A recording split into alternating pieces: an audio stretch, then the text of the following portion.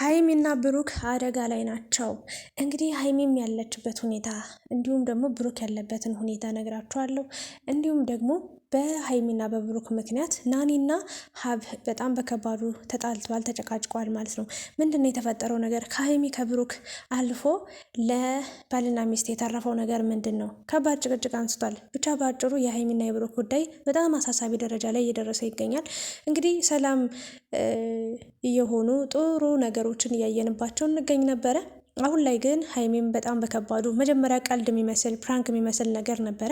አሁን ላይ ግን ነገሩ ከብዶ በጣም ሰፍቶ በጣም ገዝፎ አስቸጋሪ መግባባት እስከማይችሉ ድረስ ደርሰዋል ማለት ነው። ምንድን ነው የተፈጠረው ነገር የሚለውን እንግዲህ በደንብ እናወራበታለን።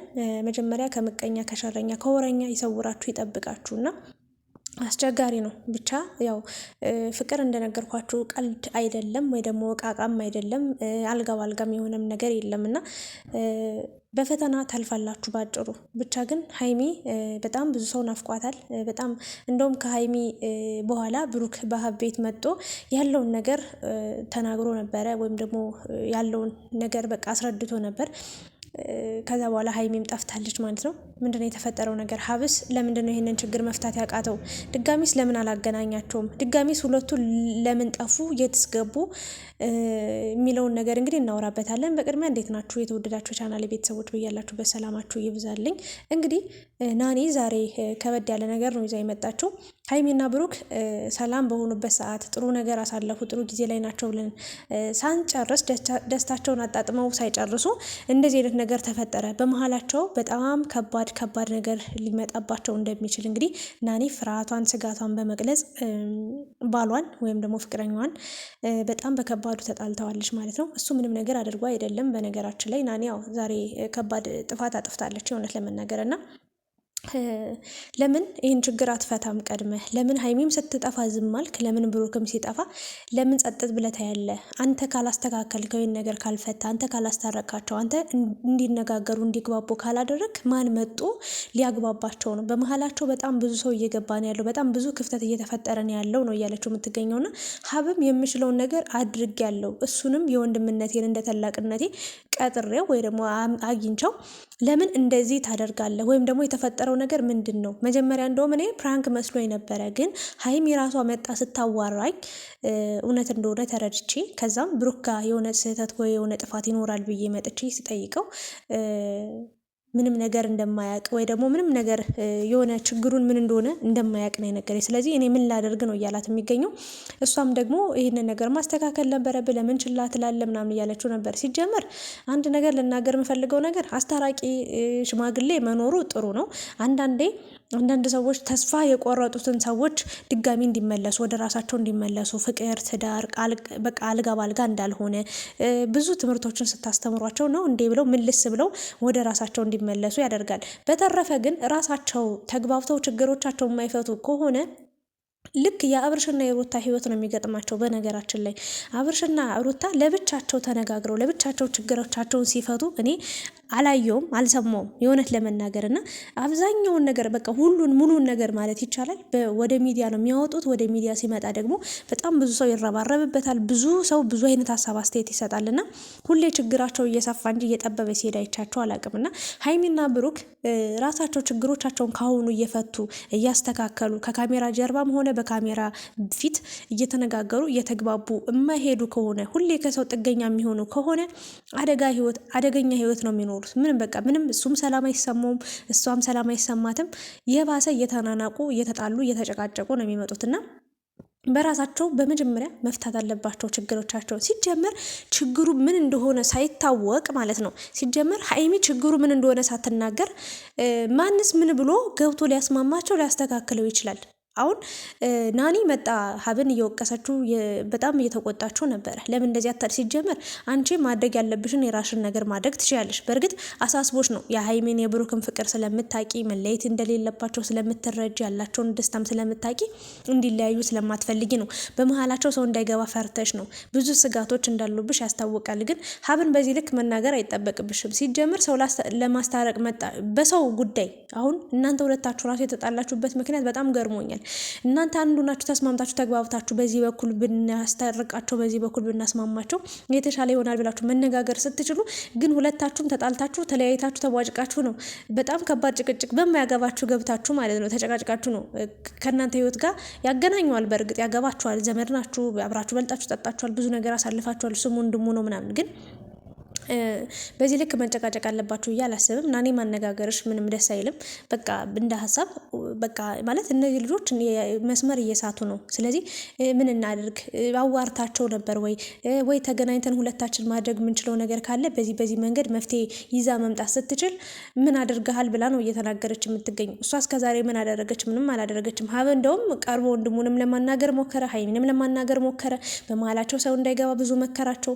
ከዚህ በላይ ምን ሊያደርግ ይችላል? ሲጀመር በሽታውን የደበቀ ሕክምና መድኃኒቱ አይገኝም ይባላል። የእውነቴን ለመናገር ማለት ነውና ሀይሚ ምንንም ነገር ሳትናገር በዛው ጠፍታ ቀርታ ሀብ እንዴት ነው ችግሩን ሊፈታ የሚችለው? እንኳን ሀብ እኮ ብሩክም ሊፈታው ሊያውቀውም አልቻለም። ይህ ነገር ሚስጥር ነው። ሚስጥር የሆነበትን ምክንያትም አናውቅም። የሆነ ችግር እንደተፈጠረ ያስታውቃል። ግን ደግሞ ሀይሚ እንዲህ ነው ብላ እስካልተናገረች ድረስ ማንም ሊረዳት አይችልም። በዚህ ሰዓት አሁን ሀይሚን ነው በጣም ብዙ ሰው እየወቀሳት የሚገኘው። ግን የራሷ ምክንያት ሊኖራት ይችላል። የራሷ የሆነ ያጋጠማት ችግር ሊኖር ይችላል። ያየችበት የሰማችው ነገር ሊኖር ይችላል። ግን መቼም ቢሆን እኔም ማልደግፋት ነገር ምንድን ነው ችግሯን ሳትናገር በምንም ተአምር ሀይሚ ትክክል ነች ብዬ እኔ ልናገር አልችልም። ይቅርታ አድርጉልኝና ማለት ነው 100% ስህተት ሰርታለች፣ 100% አጥፍታለች። ለምን ችግሯን መጣ ካልተናገረች ማን ሊረዳት ነው? ይህን ነገር ሲጀመር እልህ ይዟት ነው እንጂ ማለት ነው እልህ ይዟት እልህ ተጋብታበት ነው እንጂ ይህን ነገር ብትናገር እግሯ አይቆረጥ፣ እጇ አይቆረጥ፣ ምላሷ አይቆረጥም አይደል? እንዲ አንገቷ አይቆረጥም። ማንም ሰው ምንም አይላት። በቃ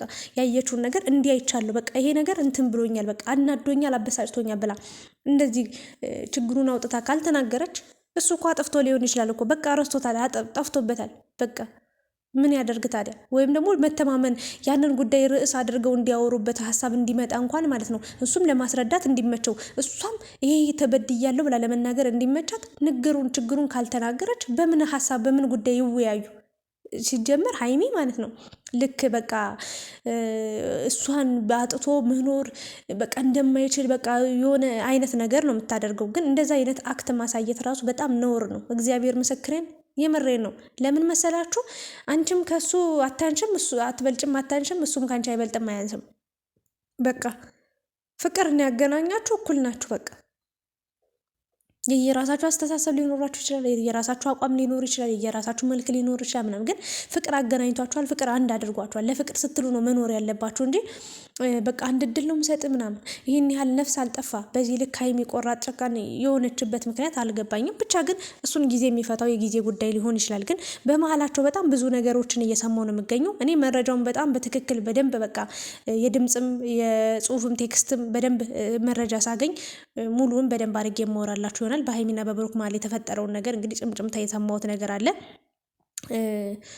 ባይፈጠር ጥሩ ነገር ነበረ፣ ግን ደግሞ እንዴ ተፈጥሯል። ለማንኛውም ግን ሀይሚና ብሩክ ሀይሚ የት እንዳለች አይታወቅም። በነገራችን ላይ ስልኳንም ሲደውል አይሰራም። ቤቷም ድረስ ሲሄድ እንደሌለች ነው እየነገሩት የሚገኙት።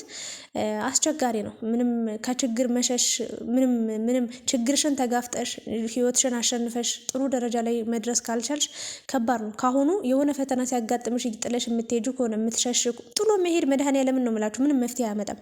እዛው ችግሩ ላይ ቁጭ ብላችሁ እዛው ያችን ቀን ያየሁባት የሰማሁት ቀን አሳድጄ እንደው ከቤትም ይሁን አውሮፓም ይሁን ጣሊያን ይሁን ገብቼ የገባበት ገብቼ እንዲህ አድርገኸኛል እንዲህ በድለኸኛል ብዬ በቀኑ በሰዓቱ አስረድቸው ነግሬው ቁጭ ብዬ ፊት ለፊት አይኑንም እያየው ፊቱንም እያየው እውነታውን እንዲያስረዳኝ እጠብቃለሁ ፈልጋለሁ እንጂ ጥዬ አልሄድም። የእውነት ለመናገር እኔ በእኔ በኩል የራሴ ሀሳብ ማለት ነው። ሀይሚንም እንደዛ ነው የምመክራት። ያንን ማድረግ ስትችል ጥላ ነው የምትሄደው። እስከ መቼ ነው ጥለሽ የምትሄደው? የሆነ ነገር ኮሽ ባለ ቁጥር ጥዬ እሄዳለሁ፣ የሆነ ነገር ኮሽ ባለ ቁጥር እንደዚህ ነው የሚባል ታሪክ የለም። ሩታን አይታችኋታል፣ ህይወቷ እንዴት እንደተመሰቃቀለ። አንዴ የሆነ ነገር ሲፈጠር ሻንጣዋን ይዛ ይሄዳለሁ፣ የሆነ ነገር ሲፈጠር ሂጄ ወጣት አድራለች። የሆነ ነገር አይሆንም።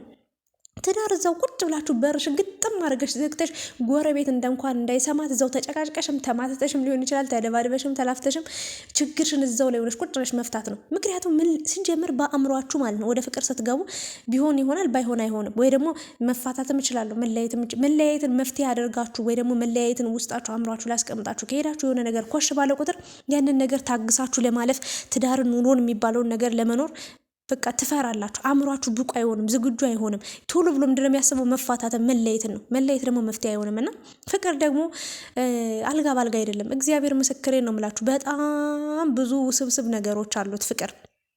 በጣም ብዙ የማያግባባችሁ ነገር ይኖራል።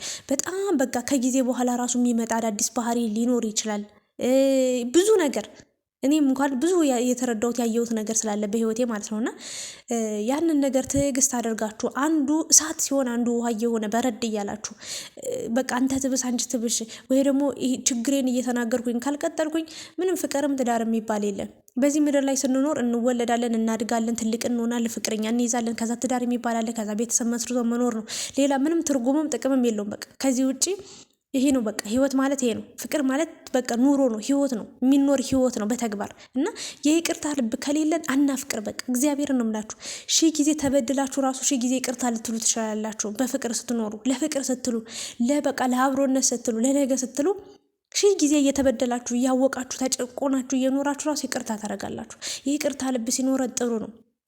የምሬን ነው የምላችሁና አስተዋይ መሆን መቻል አለብን። ሀይሚ በጣም ብልጥ መሆን አለብሽ፣ ንቁ ሴት መሆን አለብሽ፣ ጠንካራ ሴት መሆን አለብሽ። መለየትን መፍትሄ አታደርጊም፣ ጥሎ መሄድን መፍትሄ አታደርጊ። ተስማሚ፣ ተግባቢ፣ ችግርሽን ለመፍታት እኔ ብቁ ነኝ ብለሽ እኔ ብቅ እችላለሁ ብለሽ ማሰብ መቻል አለብሽ። ጥለሽ የምትሄጁ ከሆነ ነገም ከዚህ በላይም የሆነ ጥፋት ሊያጠፋ ስለሚችል በቃ ፈተናውን ስለማትችው ከአሁኑ ወይ ደግሞ ሁሉንም ነገር መተው ይሻልሻል።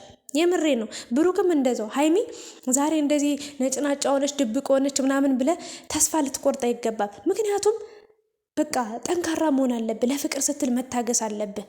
ነገ ከነገ ወዲያ ደግሞ ሌላ ከባድ ችግር ከባድ ጥፋት ልታጠፋ ትችላለች።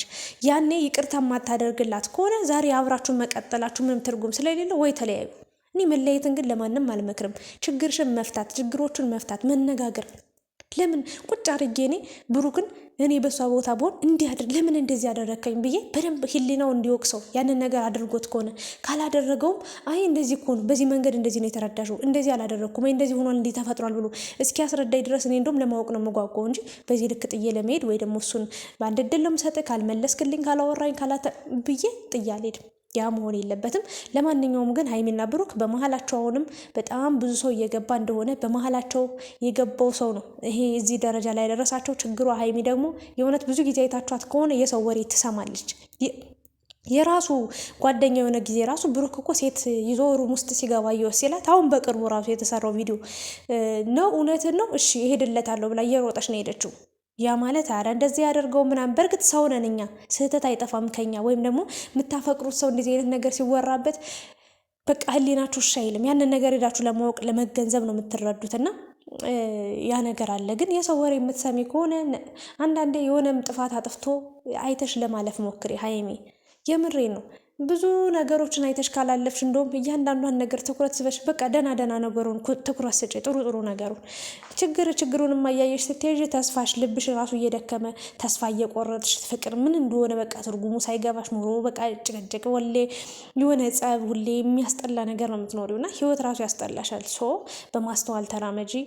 ጠንካራ ሴት ሁኚ። ባለሽበት ብቻ ክፉ አይንካሽ። ዛሬ ማታ እንግዲህ ከሁለት አንዳቸው እንደምናያቸው እንደሚመጡ ተስፋ አደርጋለሁ።